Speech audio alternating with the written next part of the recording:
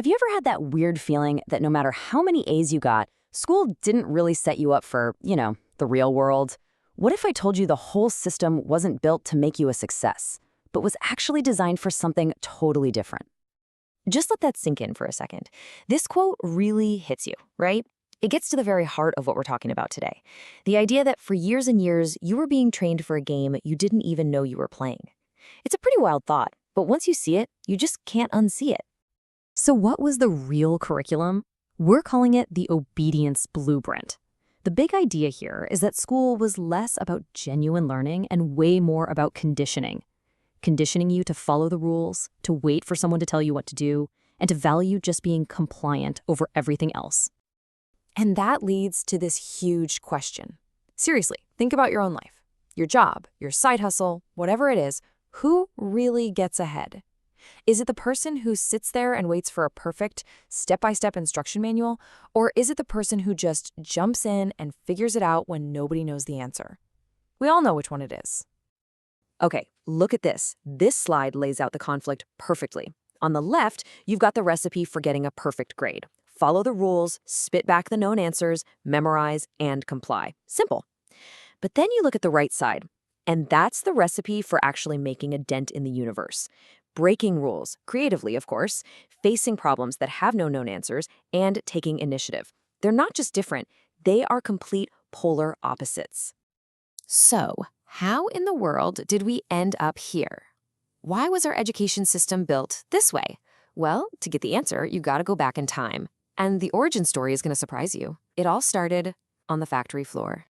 Check out this timeline. Back in the 1800s, the Industrial Revolution needed a totally new kind of person, someone who would show up on time, do what they were told, and repeat the same task all day without asking questions. So what did they do? They modeled the public school system directly after a factory assembly line. Think about it. Bells tell you when to start and stop, sitting in neat little rows, a focus on obedience. And here's the craziest part. The world has changed completely, but that factory model, it's still the basic software our schools are running on today. And this right here, this is the punchline. The goal was never to create a generation of innovators, rebels, or creative geniuses. The goal was to mass produce a standardized product, the reliable employee. And you want to know the real kicker? The system wasn't broken. Oh no, it was working perfectly as designed. So let's talk about the fallout from that design. Because that old blueprint has created this massive gap between what we learned in a classroom and what we actually need to thrive out here in the real world. So, this is the million-dollar question, isn't it? If memorizing historical dates and chemistry formulas isn't the secret sauce, what is? What are the skills that truly make a difference in your career, your relationships, your life? And boom, here's a bunch of them. Just look at this list. Financial literacy. I mean, how many of us left school knowing how to do our taxes, or invest, or even make a budget? What about emotional intelligence? The ability to not lose your cool and to understand where other people are coming from. Or even just courage, the guts to try something and fail. School might call these soft skills, but let's be real, in the real world, these are the essential skills. And where exactly was the class on any of these? This explains a weird phenomenon that we've all seen. The person with the perfect 4.0, the valedictorian, sometimes they're the ones who struggle the most after graduation. And it's not because they aren't brilliant. They are. It's because they spent years mastering a game with a clear rulebook and a predictable scoreboard, only to be thrown into the real world, which has neither. But of all the habits drilled into us by the system, there is one singular habit that is maybe the most destructive of them all. It's a psychological trap that keeps so many of us stuck, and that is the habit of waiting. I mean, think about it. From the very first time you raised your hand, you are being trained.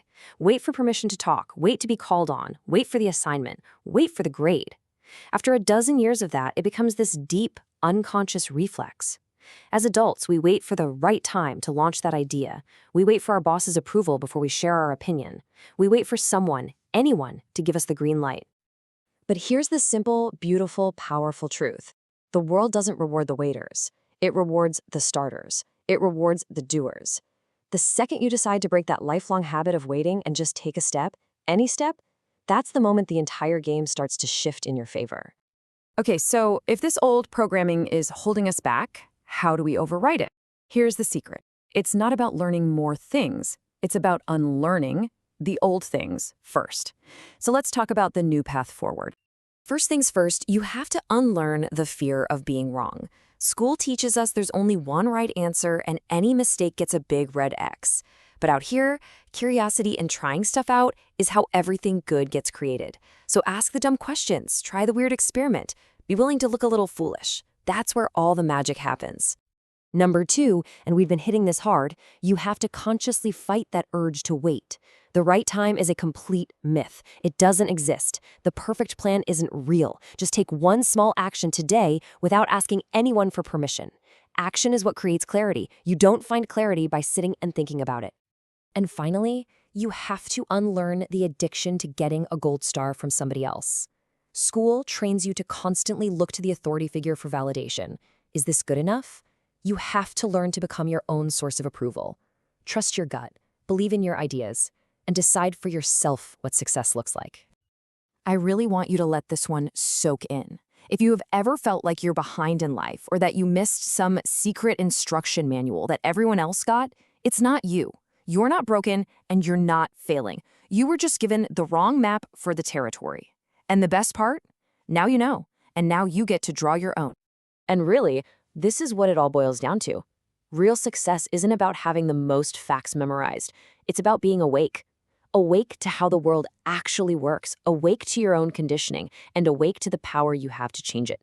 So the only question left is, now that you're awake, what are you going to do differently?